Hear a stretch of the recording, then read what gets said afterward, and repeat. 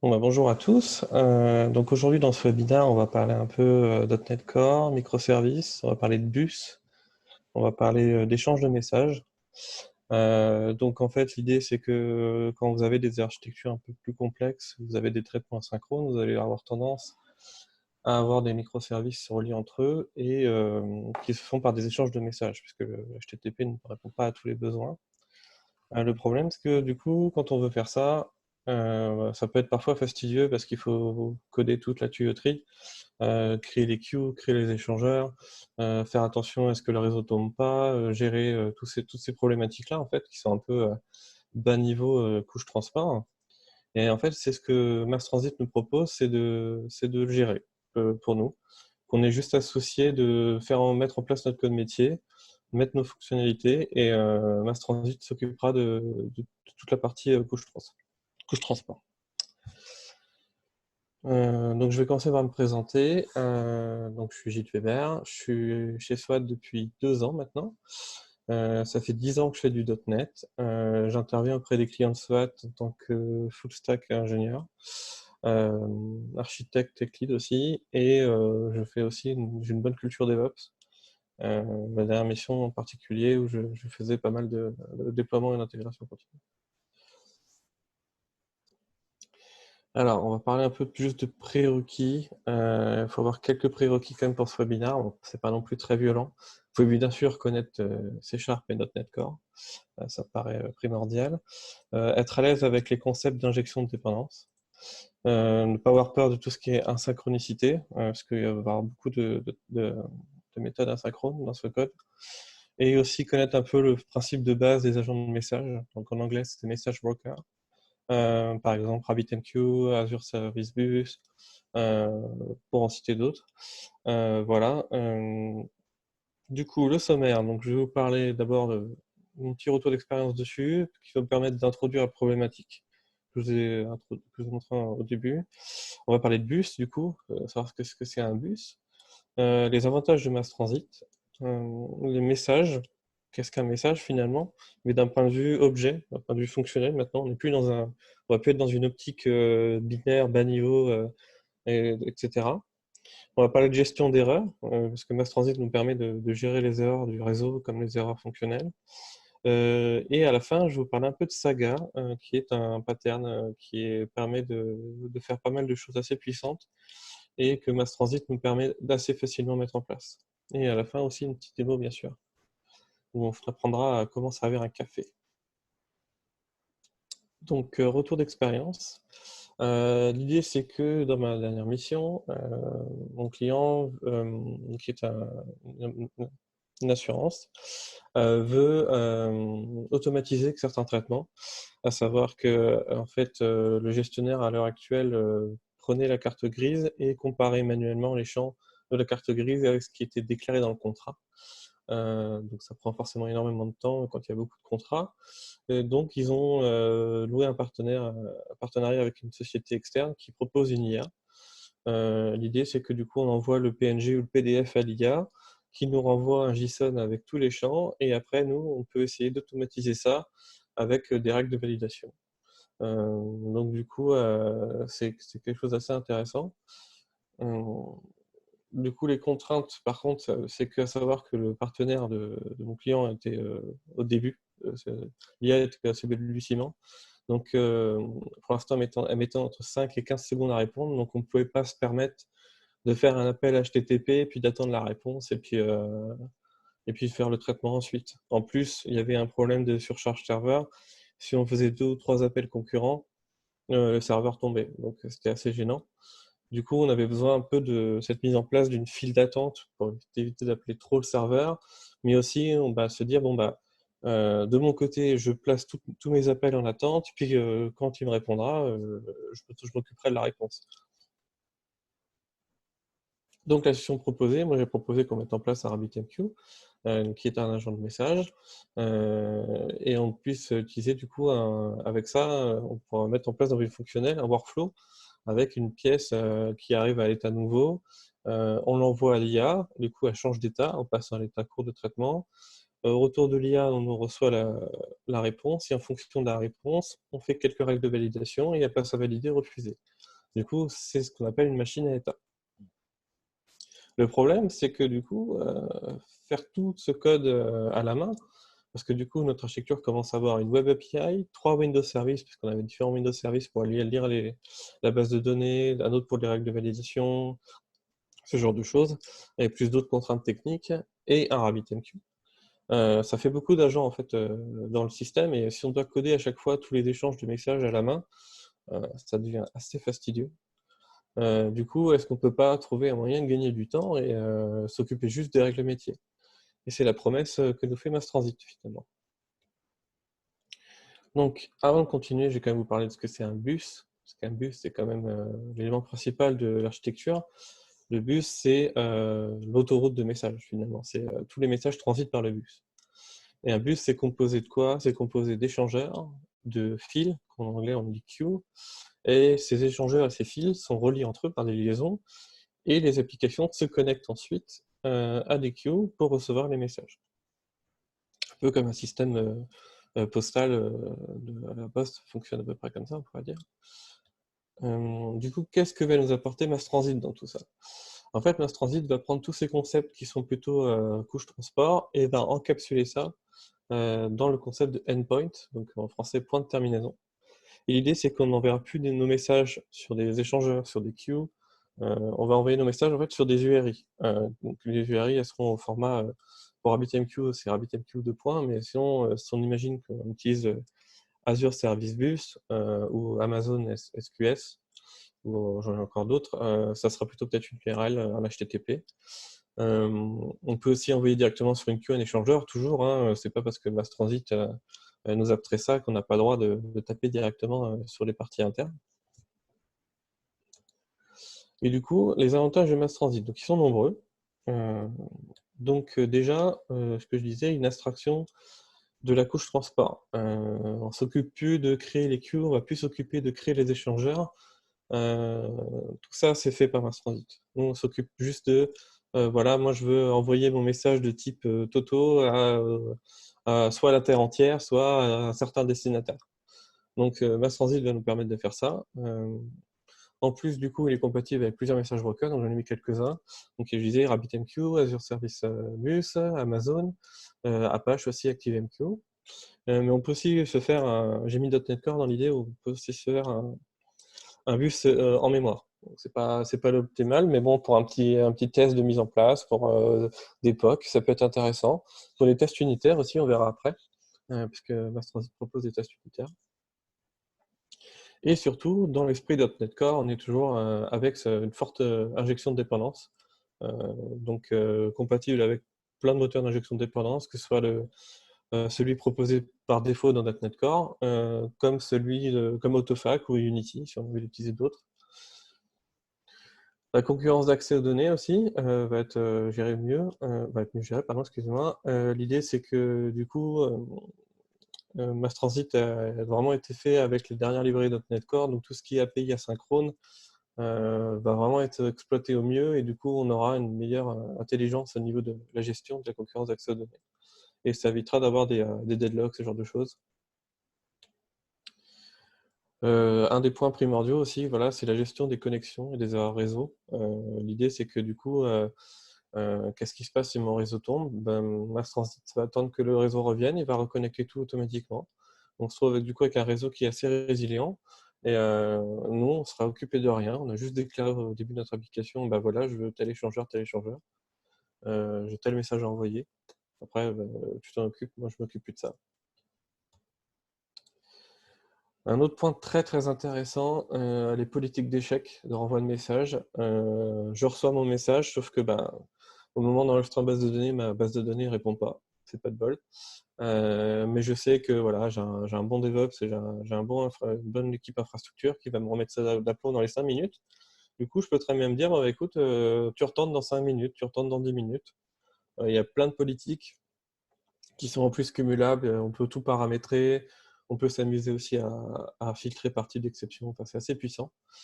Alors, il y a aussi le redelivery qui est différent du retry.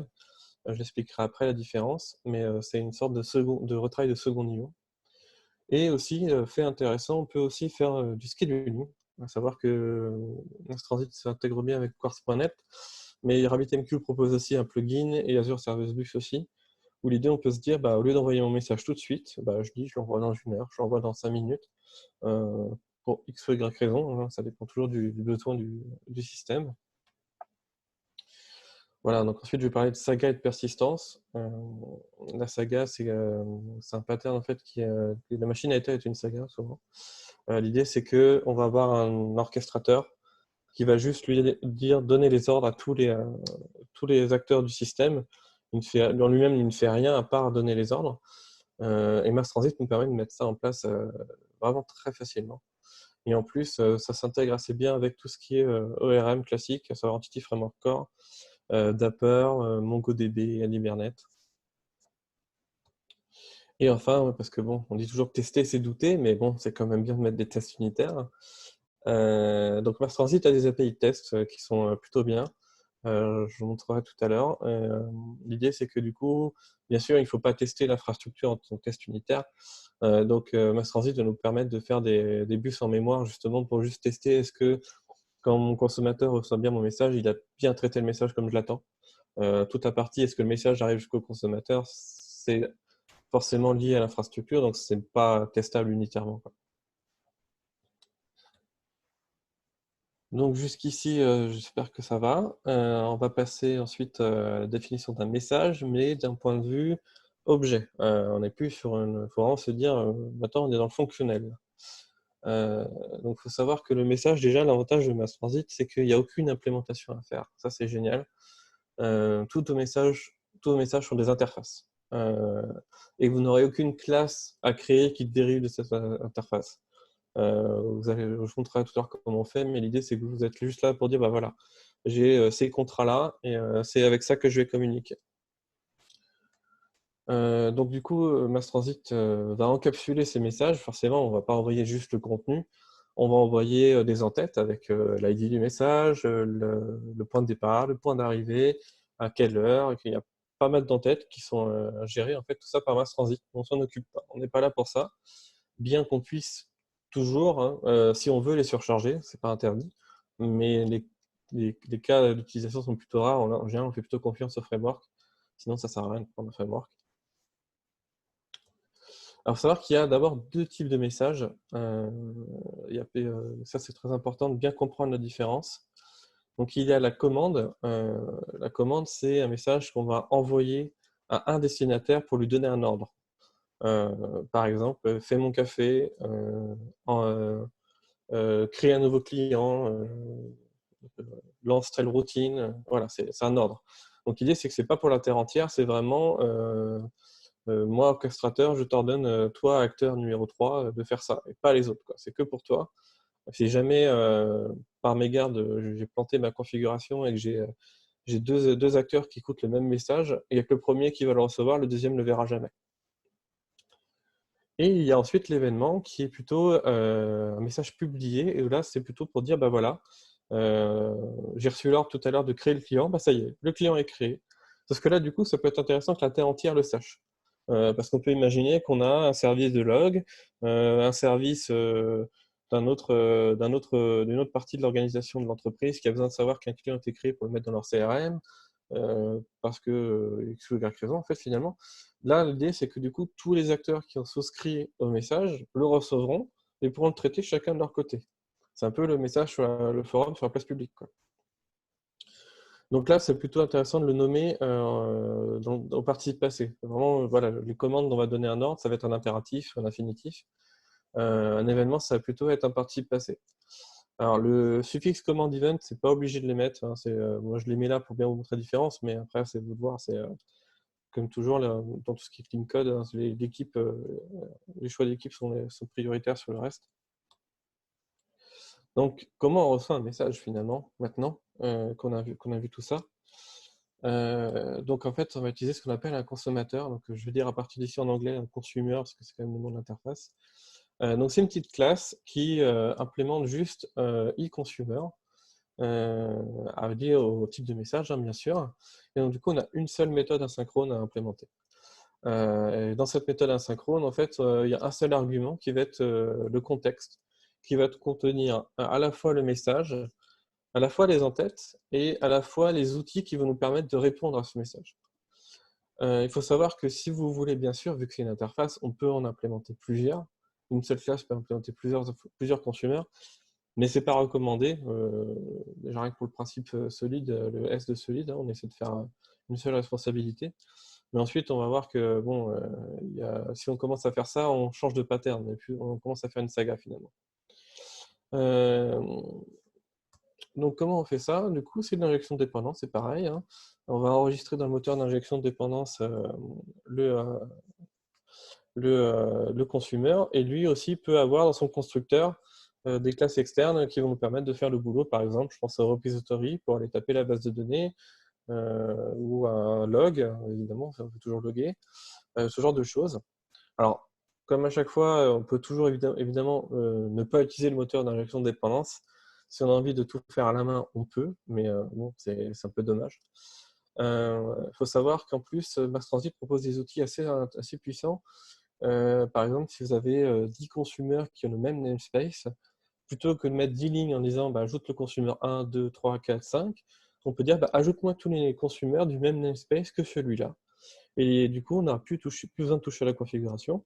Dès qu'on ajoute des nouveaux consommateurs dans le même namespace, ils seront automatiquement enregistrés dans le moteur d'injection de dépendance. Donc, pas de config à toucher après, c'est génial. Il faut voir en fait le consumer comme un contrôleur dans une web API. C'est un peu le même principe, sauf que c'est pas un appel HTTP, c'est un message qui passe par les tuyaux.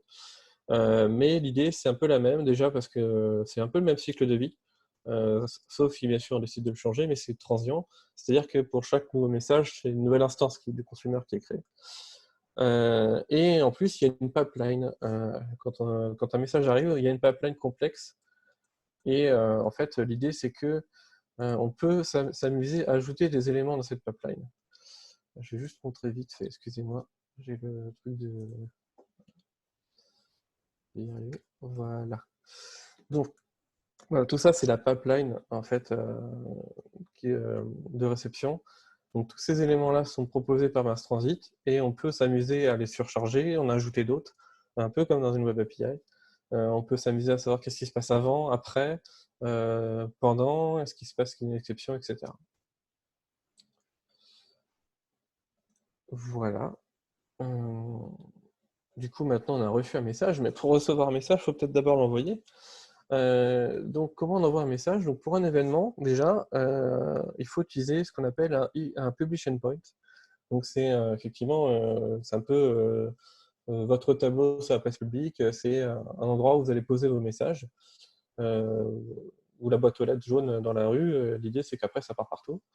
Donc, ce petit objet, il est injectable par constructeur.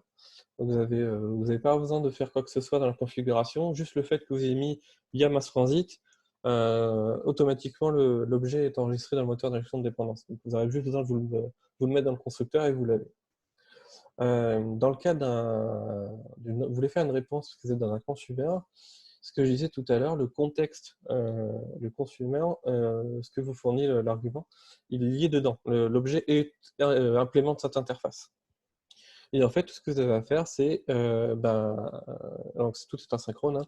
Vous faites, voilà, je publie mon message en donnant le type de message, et ensuite vous passez, ce que je vous montrais tout à l'heure, un objet de type anonyme. Vous n'avez pas besoin de créer une nouvelle instance, de créer de l'interface pour mettre toutes vos propriétés. Non, non, vous mettez juste les propriétés que vous avez envie de renseigner, du coup vous n'êtes pas obligé de mettre toutes les propriétés, et Mass Transit va faire le mapping automatiquement. Et encore et toujours, il est possible de différer l'envoi grâce au scheduler. Donc ça sera, au lieu d'être un publish, ça sera un schedule publish. Et vous pouvez donner un timestamp, vous pouvez donner un timespan pour dire, bah voilà, tu publies dans 1 heure, tu publies à cette date-là, tu publies à cette heure-ci. Et ensuite, la commande. Donc la commande, c'est un peu plus compliqué, enfin pas non plus beaucoup plus compliqué, mais l'idée c'est que là, le principe de la commande, je le répète, c'est on va envoyer un message à un destinataire particulier, puisqu'on ne veut pas que toute la Terre entière le reçoive. Donc là, il y a un destinataire dans l'idée. Donc, en fait, au lieu d'avoir un set endpoint directement, en fait, on a un fournisseur de set endpoint à qui on demande, voilà, tu me fournis un endpoint sur cette URL-là. Donc, pareil, même principe, injection de dépendance, le consumer de là. Et donc, on fournit une URI. Donc, ce que je disais tout à l'heure, on peut mettre RabbitMQ mon hôte / mon virtualos / MaQ, ou juste mettre directement le nom de MaQ ou le nom de mon endpoint si j'ai envie. Si j'ai appelé mon endpoint Toto, je mets Toto et de mon côté, tout va recevoir, tout va être reçu. Voilà, donc c'est la commande send au lieu de publish, ce que je disais tout à l'heure. Et même principe, on peut différer. On met un objet de type anonyme, on n'a pas besoin de s'embêter à implémenter l'interface du nouveau message. Donc voilà, ça c'est l'exemple que je disais. J'ai une interface public message avec juste un contenu. J'ai juste à mettre un objet anonyme comme ça avec content hello.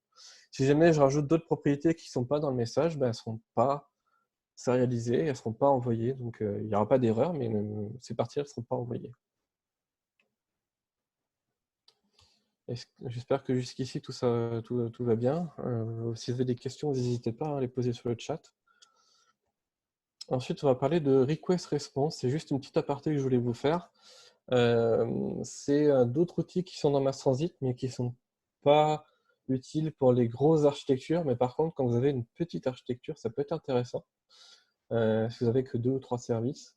Là, l'idée, c'est qu'on va revenir un peu sur un pattern de j'appelle et j'attends la réponse.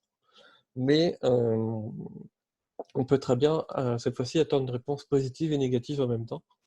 Et du coup, ça peut être intéressant pour certains cas. Par exemple, je pense à un ping, les health checks, ce genre de choses, ça peut être intéressant. Donc toujours pareil, injection de dépendance, on est dans .NET Core. Donc le fait, là par contre, il faut le rajouter dans la configuration, je vous montrerai tout à l'heure. Il faut dire, voilà, je vais avoir des request clients de ce type-là. Et par contre, l'avantage, c'est que côté réception, c'est un consumer, c'est la même chose. Alors j'ai une question de Romain. J'ai pas capté si le compilateur permet de matcher l'interface du message envoyé avec l'objet anonyme passé en paramètre. Oui, c'est ça. Non, le compilateur, non, et lui, pour lui, c'est un type anonyme, donc il s'en occupe pas. C'est au runtime, en fait, où on va envoyer notre. Je reviens ici, vite fait. En fait, ici, mon interface a le content. Du coup, j'envoie un objet de type anonyme avec juste une propriété content. Du coup, il va voir que ça match, il va l'envoyer dedans. Si jamais il n'y a rien, ça va quand même envoyer un public message, mais le content sera nul. Donc ça pète pas au runtime. C'est juste que du coup, si vous ne matchez pas vos noms de propriétés, les propriétés non matchées sont nulles. Et si vous en rajoutez, ce rajout ne sera pas transmis en fait. Mais il n'y a pas de. Ça ne pète pas au runtime.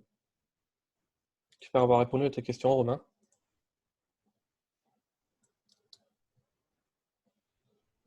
Du coup, la gestion des erreurs. Donc, elles sont gérées par le middleware. Donc, l'idée, c'est que votre consumer reçoit votre message et vous lui dites dans ce message, voilà, je voudrais que tu enregistres en base de données un nouveau client. Sauf que, pas de bol, la base de données est tombée. Du coup, une exception va avoir lieu. Et à ce moment-là, qu'est-ce qui se passe? En fait, quand une exception a lieu, un événement est émis qui encapsule le message d'origine avec les exceptions qui ont lieu. Donc c'est un message de type fault et après qui englobe le message. Donc voilà l'interface proposée par Transit. Donc on a les exceptions, quelques détails et le message en lui-même. Donc après on peut toujours récupérer puisqu'en fait du coup c'est un message, c'est un événement.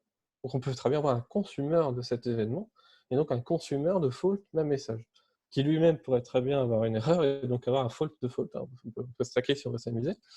Voilà, donc l'idée c'est que du coup, alors c'est un événement, mais ça peut être surchargé pour être envoyé en commande. L'idée c'est qu'à ce moment-là, au moment de l'envoi du message de base, on va préciser dans les entêtes, on va surcharger un des entêtes et dire si jamais j'ai une erreur, au lieu de l'envoyer à la terre entière, tu vas l'envoyer sur ce endpoint-là. Et Mass Transit va récupérer ça tout seul et va renvoyer sur l'endpoint que vous avez donné. L'idée, c'est que du coup, le message d'un point de vue RabbitMQ ou d'un point de vue message broker, lui, qu'est-ce qu'il va faire? Il va être transféré vers une autre queue qui est en fait la même queue que la queue prévue, suffixée de underscore errant. Donc les messages ne sont pas détruits, hein, ils sont stockés ailleurs. On peut toujours bien sûr changer ce paramètre et dire bah non, tu me les détruis, bon, si on a envie. C'est la même chose pour les messages qu'on appelle dead letter. C'est les messages, par exemple, vous envoyez un message de type Toto, sauf que votre application écoute les messages de type Tata, Titi, Tutu, mais pas Toto. Du coup, votre message Toto, il ne va jamais arriver. Personne ne va s'en occuper. À ce moment-là, Mass Transit va le prendre et le déplacer dans une autre queue. Donc, il ne sera pas détruit, mais il sera stocké ailleurs. Il sera sorti du tuyau principal. Du coup, l'idée, c'est qu'on va dire, bah voilà, ma base de données est tombée, mais je veux quand même, moi, que mon message, c'est important, il faut que mon client il soit créé dans ma base de données, je ne vais pas attendre. Je ne vais pas retenter, je vais retenter, quoi, du coup. Vas-y, retente. Alors, du coup, pour retenter, comment ça se passe? On peut lui dire de retenter avec plusieurs politiques, à savoir, retente tout de suite, retente dans 5 minutes, retente toutes les 5 minutes 3 fois. Retente à intervalle du coup, un intervalle qui va s'incrémenter. Par exemple, retente au bout de 2 minutes, puis 10, puis 20, puis 30. Puis après, si à 30, ça n'a pas marché, bon là, tu pètes, tu m'envoies mon message fault et je me débrouillerai avec ça. Parce que du coup, il faut savoir que le message fault n'est envoyé que si les politiques de retry ont échoué. En attendant, le message, il est toujours dans le tuyau et il attend et il est relancé, quoi. C'est là que la différence se fait avec le redelivery. Le redelivery, c'est un peu le deuxième niveau de retry, à savoir que là, le message, il est retiré de la queue et en fait, il va être repoussé plus tard par le scheduler, par Quartz, par exemple. Donc c'est pour ça. Retry, c'est le premier niveau, le message reste dans la queue, mais il est retenté tout de suite ou plus tard. Redelivery, c'est bon, bah écoute, laisse tomber, ça marche pas. Je reprends mon message et je retente tout à l'heure. Mais dans les faits, après, c'est la même chose. C'est les mêmes interfaces de configuration et les faits sont les mêmes. L'idée, c'est de pouvoir retenter, quoi. Du coup, ces politiques de retry, redelivery, on peut les mettre par endpoint, par consumer, par endpoint et par consumer. Parce que savoir que du coup, quand dans un endpoint, vous dites, bah voilà, sur ce endpoint-là, j'ai 3 consommateurs qui écoutent. J'ai une politique globale qui va s'appliquer aux 3 consommateurs, mais je vais avoir une politique en plus sur un des 3 consommateurs, pour X ou Y raison. On peut aussi filtrer par type d'exception. L'idée, c'est que du coup, on peut dire une white ou blacklist, c'est-à-dire que, par contre, c'est l'un ou l'autre, on ne peut pas choisir les deux. Dire je prends toutes les exceptions sauf A, B, C, ou à l'inverse, je prends que A, B, C. Donc ça se passe ici. Voilà, je montrerai ça vite fait. Voilà, ça c'est les différentes politiques que je vous disais. Donc pour tenter tout de suite, à intervalles réguliers sur un certain nombre de fois, à des intervalles fixés, genre 5, 10, 15, ou 5, 10, 30, trucs qui ne sont pas forcément logiques. Exponentiel, ça monte à chaque fois, ou incrémental, ça monte à chaque fois sans limite.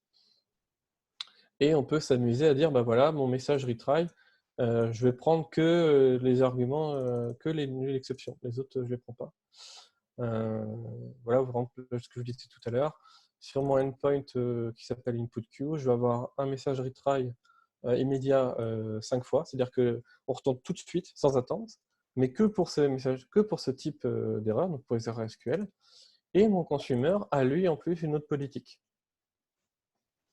Voilà, donc c'est le genre de choses qu'on peut faire. Donc c'est quand même assez bien écrit, hein. Les noms de méthodes sont quand même très clairs.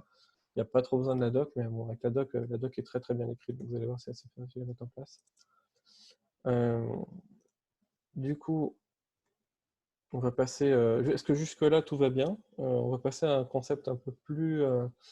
Quoique, je vais peut-être vous faire d'abord la petite démo sans saga pour l'instant, et je reviendrai sur la saga après. Ça sera plus facile à comprendre pour vous. Donc du coup, je vais vous montrer ce que j'ai fait. D'abord une petite démo. On va imaginer qu'on a 2 services A et B qui vont se parler.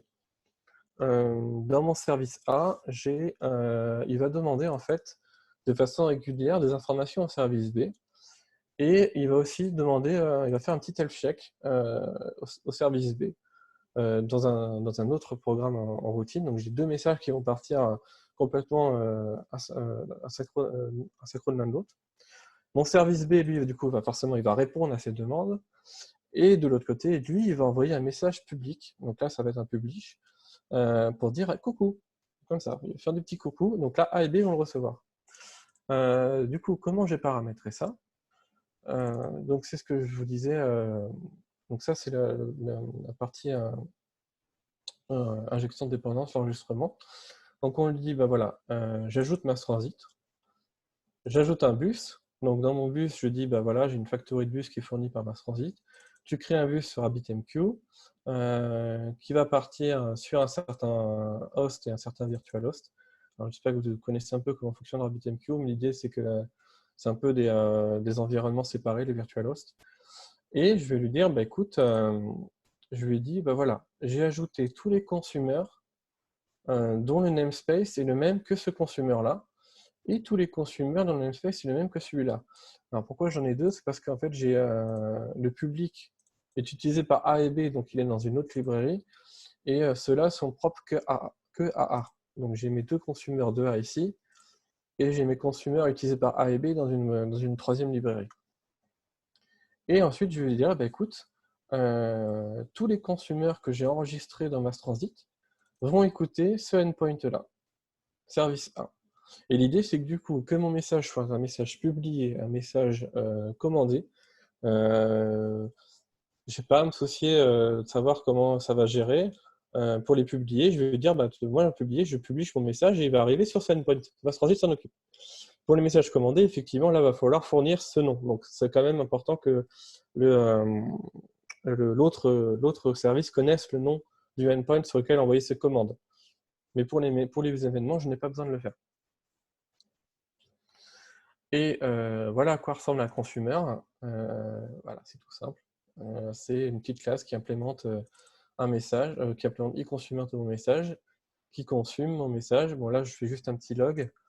Je vais vous montrer un consumer qui fait un peu plus quand même.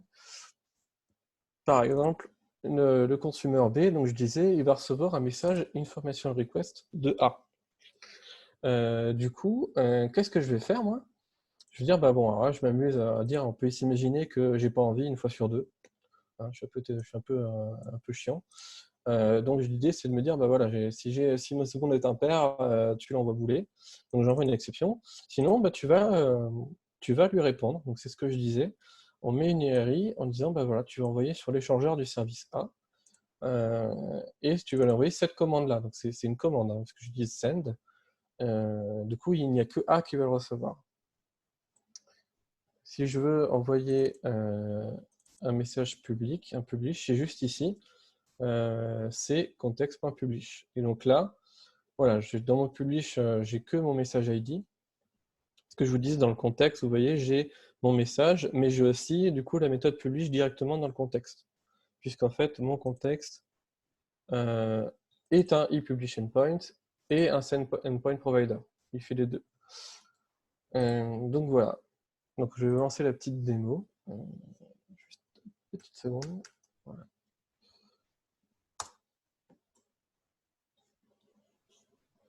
Donc là, j'ai mis les logs sans les logs bas niveau. Donc j'ai mon service A à gauche, mon service B à droite.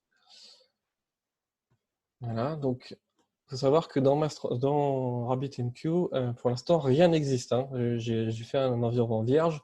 Il n'y a aucun échangeur, aucune queue qui existe à l'heure actuelle dans l'environnement. Voilà, donc du coup, les messages commencent à partir. Comme j'ai pas mis les logs, vous ne le voyez pas, mais tout a été créé. Je vais vous le montrer après. Là, ça y est, mes deux applications communiquent entre elles. J'ai envoyé une information request, j'ai reçu une demande d'information request, j'ai répondu, j'ai reçu l'information. Je lui demande comment il va, ouais ça va. Un message public vient de partir de service B et vous voyez que et B et A l'ont reçu avec le même ID, hein, c'est bien le même message qui est arrivé. Voilà, j'aimerais bien qu'il y ait la même chance sur deux qui tombe là pour que vous puissiez voir les messages d'erreur, ça serait intéressant. Sinon c'est pas grave, bon tant pis. On va relancer avec les logs plus poussés. Hop là. Donc là maintenant je vais descendre le niveau de log pour afficher qu'est-ce qui se passe vraiment dans la tuyauterie d'un point de vue mass transit. Parce que là on a vu que ce qui se passe d'un point de vue fonctionnel, mais plus haut niveau on va dire. Mais qu'est-ce qui se passe dans la tuyauterie? Je rebuild et je relance. Alors pour info, toute cette solution sera sur GitHub. Elle est déjà sur GitHub, je vous donnerai un lien en fin du webinaire. Vous pourrez vous amuser avec pour faire vos petits tests ou si vous avez envie d'avoir quelques exemples. Sachant qu'en plus, il faut savoir que le développeur de Mass Transit a fait... ouais, c'est beaucoup plus verbeux. Donc là, voilà, il a déclaré tous les échangeurs de tous les messages qu'on va utiliser. Les endpoints ont été créés sur tous les consommateurs. Voilà, tout est fait automatiquement par Mass Transit. Moi, j'ai rien fait d'autre que de dire je vais avoir un consumer. Et là, vous voyez, bon, là, forcément, c'est un peu plus verbeux. Mais donc, ça, c'est les accusés de réception. Ça, c'est les messages qui sont partis. Et du coup, si on regarde dans Mass Transit, dans RabbitMQ, pardon, excusez-moi, voilà, on voit que dans le namespace, donc dans le VirtualOS Webinar Demo, il m'a créé mes échangeurs, il m'a créé mes queues, et là, j'ai des messages qui sont en train de partir. Entre service A et service B, ils sont en train de communiquer entre eux. Voilà. Donc ça c'est pour la démo, on va dire basique. Est-ce que voilà, justement là il y a une erreur. Je sais pas si, on va pas pouvoir le voir parce que ça va être un peu plus flou. Je vous verrai. Voilà ici. Donc là vous voyez, c'est un peu le problème. Il y a eu une exception, mais il a retry en fait. Il a renvoyé le message. Ce que j'ai en fait, j'ai mis une politique de retry que j'ai mis ici. Donc je l'ai configuré ici, la politique de retry. Je lui dis, écoute, si jamais ça ne marche pas, tu retentes jusqu'à 2 fois maximum toutes les 500 millisecondes. Donc il a fait une première exception. Comme j'ai une chance sur 2, bon, normalement au bout de 3 fois ça passe quand même. Mais bon, voilà. Donc on peut s'imaginer que si au bout de 3 fois ça n'est toujours pas passé, à ce moment-là j'aurai un message fault. Et du coup, bon, c'est ce consumer-là qui va entrer en jeu. En attendant, celui-là ne reçoit pas de message tant que la retry policy est en cours de route.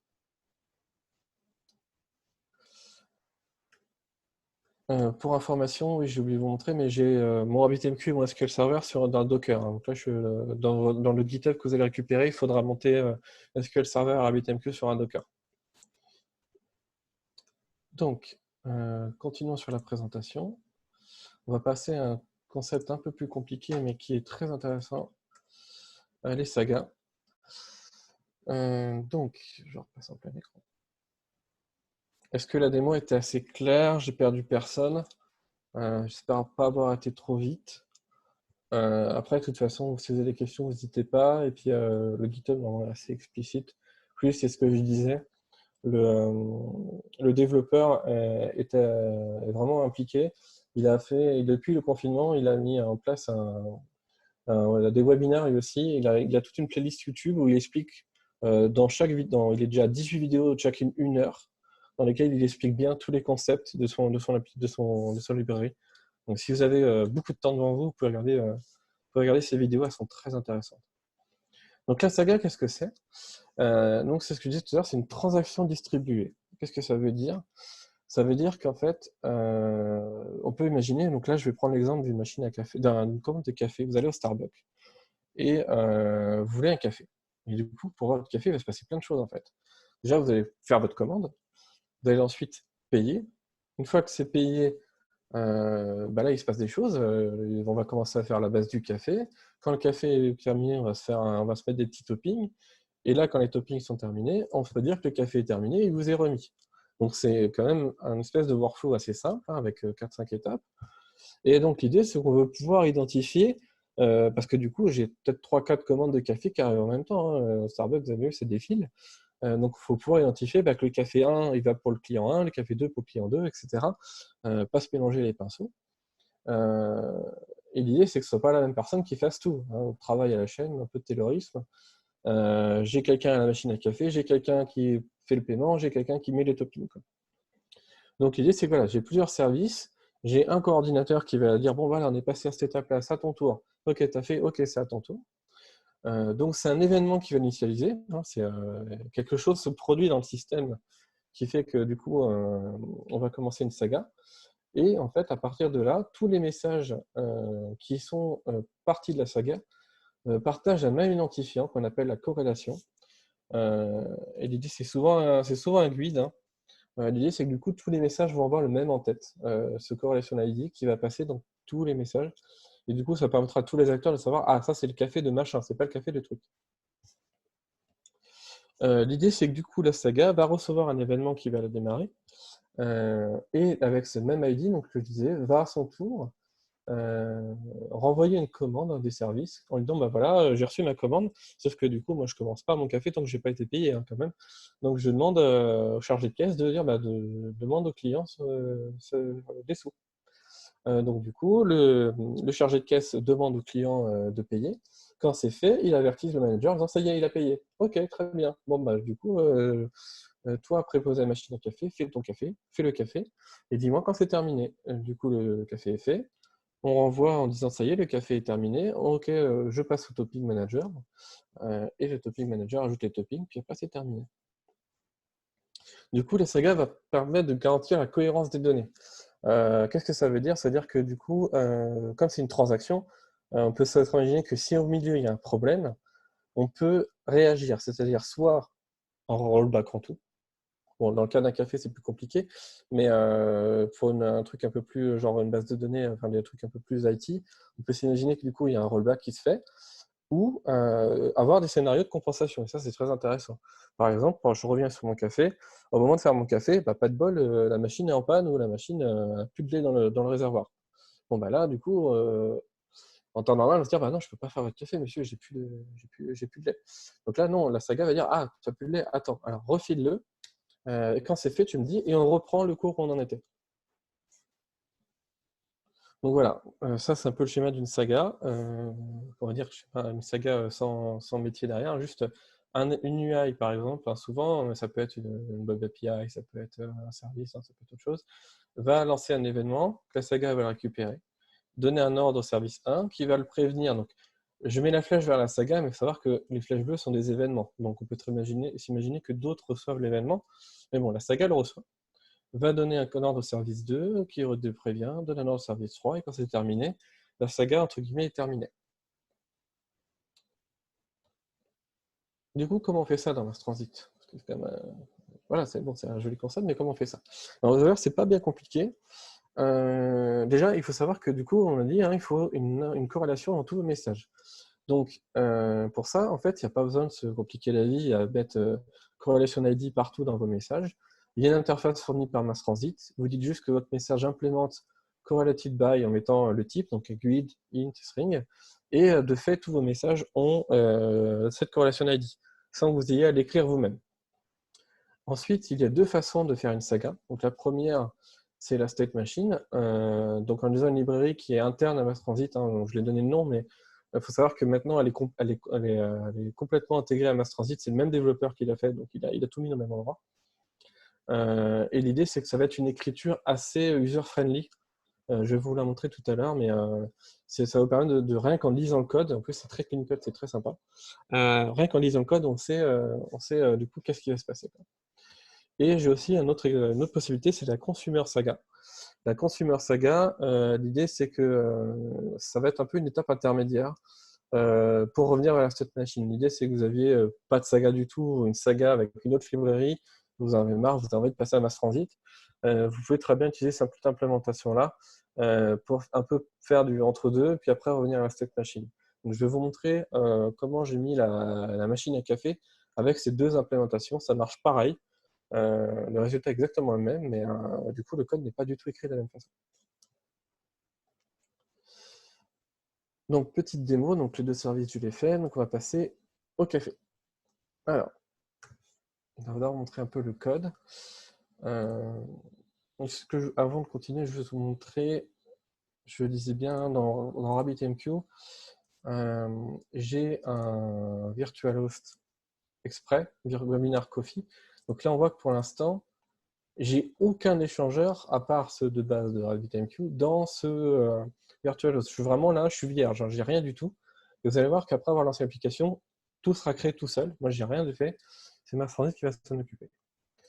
Alors, comment j'ai fait ça? Donc, ma machine à café, elle est ici. Donc, j'ai plusieurs services qui tournent. Donc, j'ai ma Web API ici. Donc, ma Web API dans mon exemple, en fait, va servir, excusez-moi, je reviens ici, j'ai oublié de vous montrer le schéma, c'est quand même dommage. Voilà. Mon UI ici, qu'est-ce qu'elle va faire? Elle va recevoir forcément ma commande de café, et elle va aussi s'occuper des paiements. excusez-moi, elle va aussi s'occuper des paiements. Puis quand les paiements sera fait, elle va avertir que le paiement est accepté ou refusé. Si le paiement est refusé, en fait, la saga va redemander un nouveau paiement, hein, parce que tant que je ne suis pas payé, je ne paie pas mon café, hein, je ne suis pas de Nozo. Quand mon paiement est accepté, j'envoie à la machine à café. Donc j'ai mis le petit schéma base de données à chaque fois, parce que du coup, j'enregistre en base de données quand même l'état de mon café, pour pouvoir le retrouver dans mes paiements, etc. Je crée mon café est fini. J'ajoute mes toppings s'il y en a pas, c'est fini. Et quand mes toppings sont faits, c'est fini. Je mets un événement final pour dire café est prêt. Après, je sais pas la saga s'occupe plus de savoir qu'est-ce qui se passe après. Moi, elle a fait son boulot, le café est prêt, quoi. Donc, j'ai ma web API, du coup, qui, elle, comme je disais, va être chargée d'envoyer le message à la saga, le premier message. Donc, ça se passe ici. Je vais effectivement publier un message qui va lui dire, ben voilà, je fournis le GUID de départ, c'est moi qui le fournis, parce que l'idée c'est que moi je le retrouve après, mon type de café, mes toppings et le nom de mon client.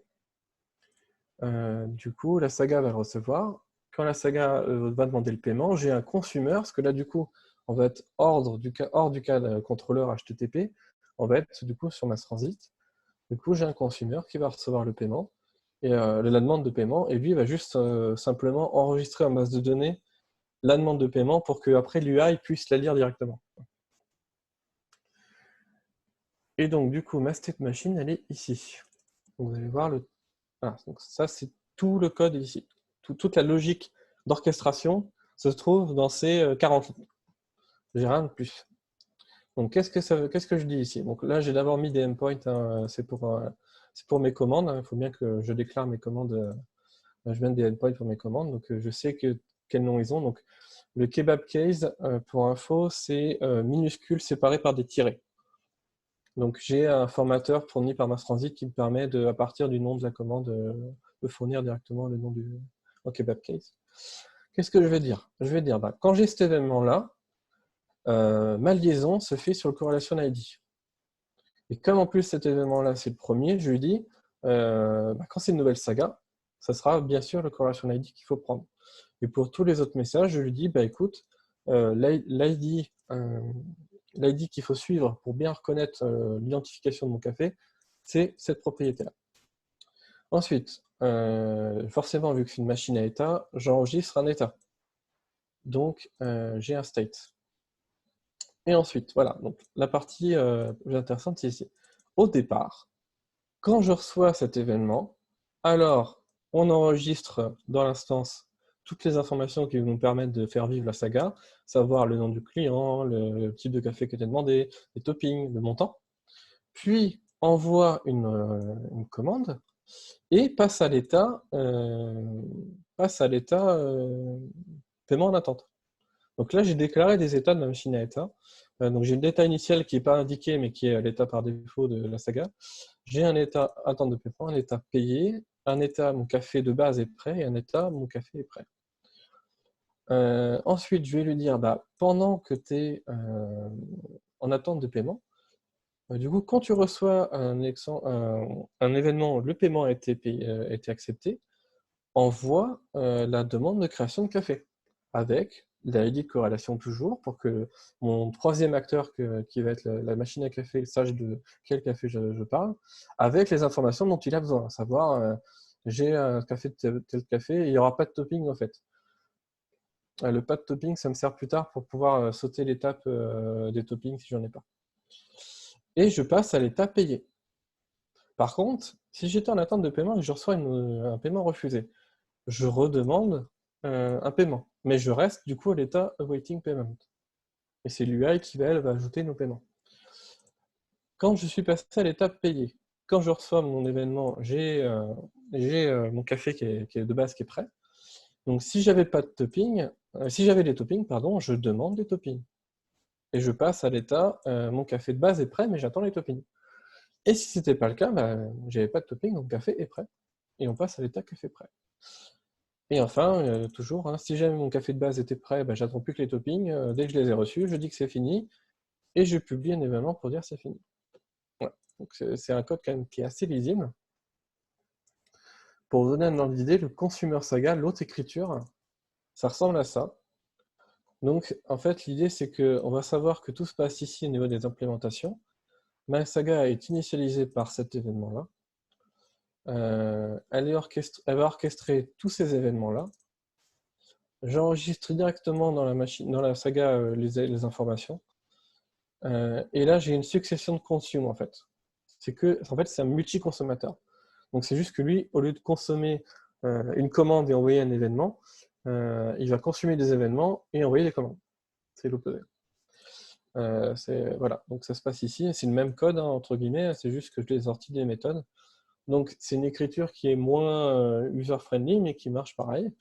Le fait que, du coup, j'ai dit que ce soit cet événement-là qui l'initialise, j'ai pas besoin de mettre manuellement mon correlation ID, tu le trouveras ici, et je le ferai tout seul.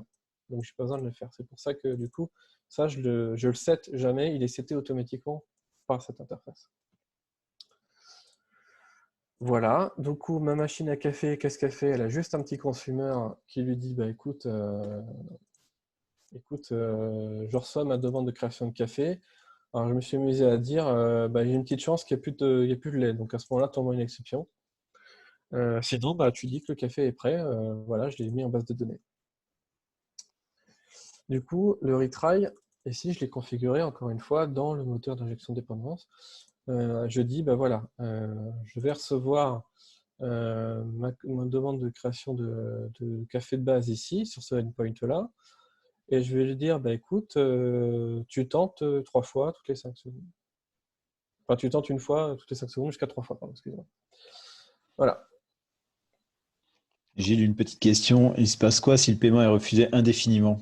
Ouais, bah alors là, moi, ça peut pas arriver dans mon code parce que j'ai mis. Enfin, du coup, pardon, ça peut arriver parce que je suis têtu.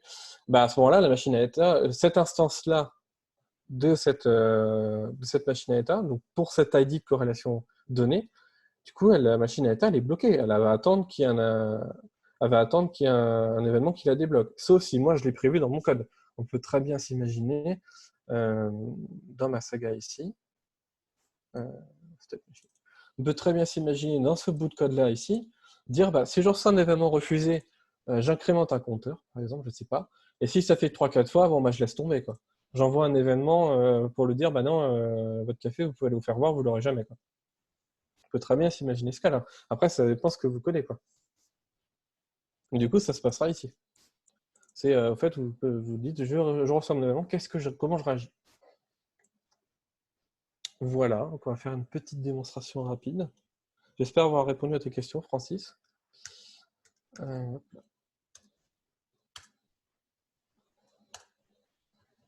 je lance mon petit script PowerShell qui va lancer tout d'un coup. Voilà, donc là j'ai 5 services. J'ai ma machine à café. J'ai mon web API.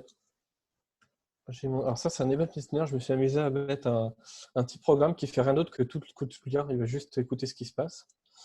Voilà, donc là, lui, j'ai tous mes échangeurs, tous mes queues qui ont été créés. Si je vous remontre RabbitMQ, là, vous allez voir que c'est le festival, tout a été créé. Voilà, tout ça vient d'apparaître. Toutes mes queues ont été créées, donc en kebab case. Voilà, tout est fait. Rien, il n'y a encore aucun message qui est parti, hein, mais il a déjà tout préparé. Parce que dans le moteur d'injection de dépendance, j'ai déclaré mes commandes, mes événements. Donc je vais demander un café. Du coup, je vais lancer mon interface. Du coup, voilà. J'avais déjà lancé un truc, j'ai oublié de dire la base de données, c'est pas grave. Alors, du coup, Guillaume, tiens, tu as un café, Guillaume? Allez, un petit, ouais. Qu'est-ce que tu as? Americano, pour moi, c'est très bien. Americano, tu veux quoi comme topping? Caramel. Caramel? Très bien. Allez, c'est parti. Donc, je vais commander mon café avec du caramel. Donc, on va voir que le Web API va lancer le message à la saga. Voilà, j'envoie un message. Et elle a déjà reçu la demande de paiement, parce que la saga lui a déjà répondu tout de suite. Donc, j'ai mon order ID. Ça, c'est un peu maintenant. Donc, au Starbucks, c'est les entiers. Hein, forcément, c'est plus pratique. Mais voilà, j'ai envoyé à ma saga ma demande, mon événement, il y a eu une commande, et ma saga, ici, en fait, du coup, l'a reçu. Alors, il faut savoir que ça, le receive, c'est pour dire accusé de réception. C'est pour ça que vous le voyez après le send. Mais dans les faits, il a bien reçu puisqu'il a envoyé la demande de paiement qui a été reçue par le Web API. Du coup, quand je viens ici sur l'interface de paiement, je vois que j'ai un paiement en attente sur cet order ID-là. Alors, je vais m'amuser à mettre à mettre en sorte que mon paiement soit refusé parce que je me suis trompé de code. Mon paiement a été refusé. Mince. Du coup, ma Web API envoie un message, un événement, mon paiement a été refusé.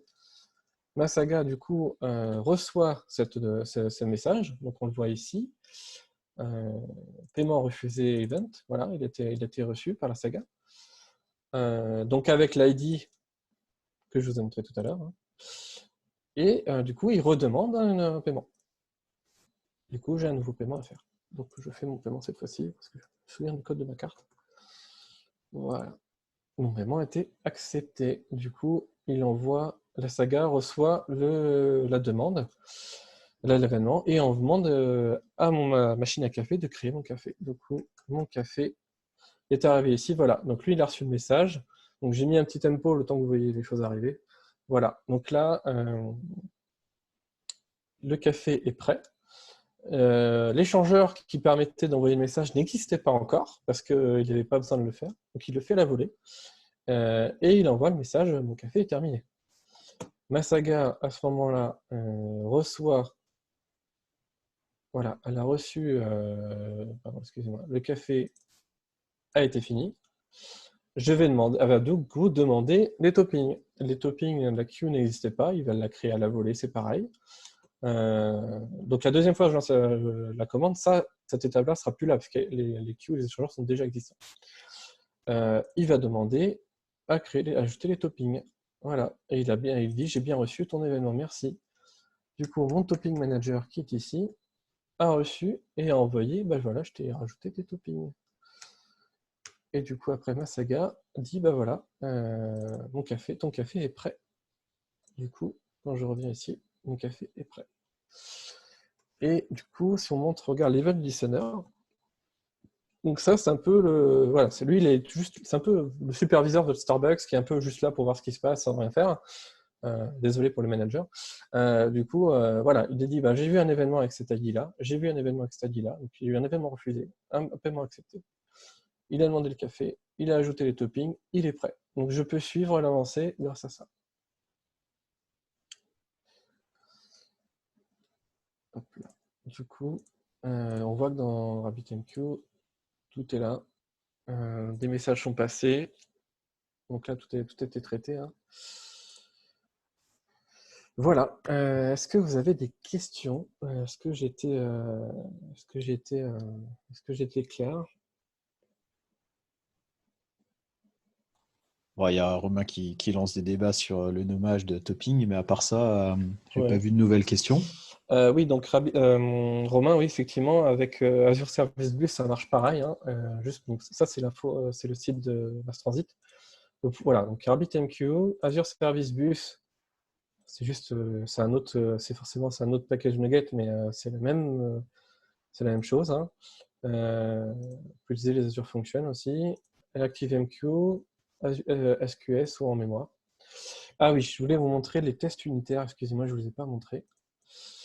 Les tests unitaires, parce que c'est toujours intéressant.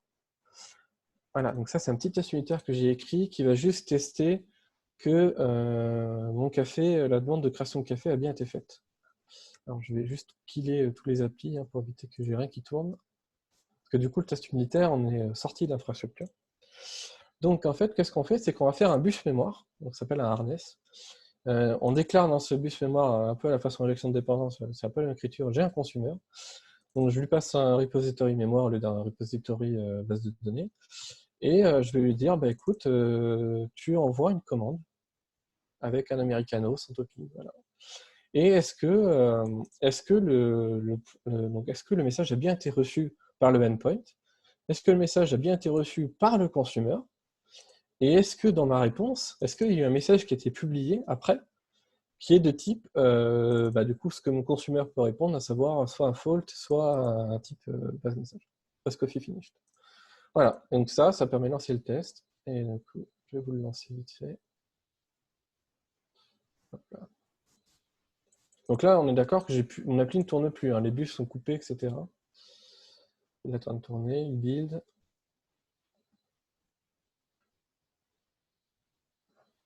Allez. Oh. J'aime bien les feux. Ah ouais, merci. Voilà, il tourne. Hop, c'est bon. Il a bien fait son boulot. Donc mon consumer fonctionne normalement. Je peux être à peu près sûr que mon consumer fera ce qu'on lui demande. Si on envoie un americano sans topping, il fera ce qu'on lui demande. Très bien. Je reviens sur la présentation. J'espère avoir répondu à vos... Voilà. Si vous avez d'autres questions, allez-y, hein. Sinon, en attendant, donc le lien officiel, documentation officielle. Si vous ne connaissez pas RabbitMQ, je vous donne un lien. Il y a un GitHub avec tout le code que je vous ai montré. Il y a un article sur le blog SWAT qui va pas tarder à arriver dans les prochains jours, qui reprend, euh, un peu toute cette présentation webinaire avec du code du coup directement lié à ce que je vous dis. Oui, oui, Steve. Hein. Oui, oui, Romain, bien sûr, mais après, je crois que de toute façon, sur la chaîne YouTube, ça sera retransmis. Mais je peux très bien fournir le PDF. Oui, vous aurez le replay sur YouTube et puis le PDF éventuellement. Je vous mets aussi dans le chat un petit questionnaire de satisfaction. Comme ça permet de nous améliorer et de voir ce qu'on peut faire de mieux. Merci Gilles. Merci à vous.